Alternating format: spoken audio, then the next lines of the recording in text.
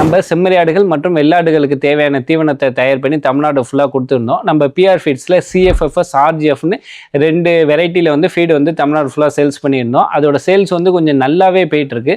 இருந்தாலும் நம்ம PR feeds வந்து ஒரே இடத்துல ஸ்டாக்னன்ட் ஆகி நிற்கிற கம்பெனி கிடையாது. அதனால கண்டினியூஸ் எவாலுவேஷனுக்கு அப்புறம் நிறைய ஆர்என்டிலாம் பண்ணி இப்போ வந்து பிஆர் ஆர்ஜிஎஃப் வந்து பிஆர் ஆர்ஜிஎஃப் ப்ளஸ்ன்னு என்ரிச் பண்ணியிருக்கோம்.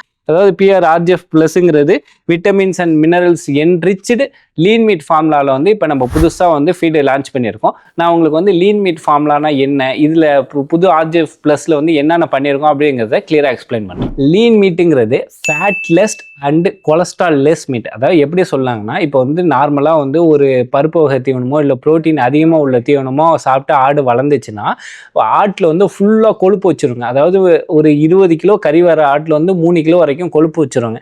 அந்த கொழுப்பு வந்து கறி கடைக்காரங்களுக்கும் அது ஒரு லாஸ் தான், வாங்கிட்டு போகிறவங்களுக்கும் அது ஒரு லாஸ் தான். அப்படிங்கிற கொழுப்பை கட் டவுன் பண்ணி விசரல் ஃபேட்ஸை ரெடியூஸ் பண்ணி டிஷ்யூ ஃபேட்ஸை மட்டும் இன்க்ரீஸ் பண்ணி டேஸ்ட்டை என்ரிச் பண்ணி கொடுக்கறது பேர் தாங்க லீன் மீட் ஃபார்முலா. இதை பற்றி ஃபுல்லாக தெரியணும்னா பிஆர் ஃபீட்ஸோட யூடியூப் பேஜில் வந்து ஒரு டீட்டெயில்டான வீடியோ போட்டிருக்கோம். லீன் மீட்னா என்ன எதுங்கிறது அதை போய் பார்த்துங்க. லீன் மீட்டுங்கிறத ஒரு வார்த்தையில் சொல்லணும்னா, அதாவது கறி பர்சன்டேஜ் கூட வர நல்ல கறி கட்டாக உள்ள கொழுப்பு கம்மியான ஆடு தான் லீன் மீட்டுன்னு சொல்லுவோம்.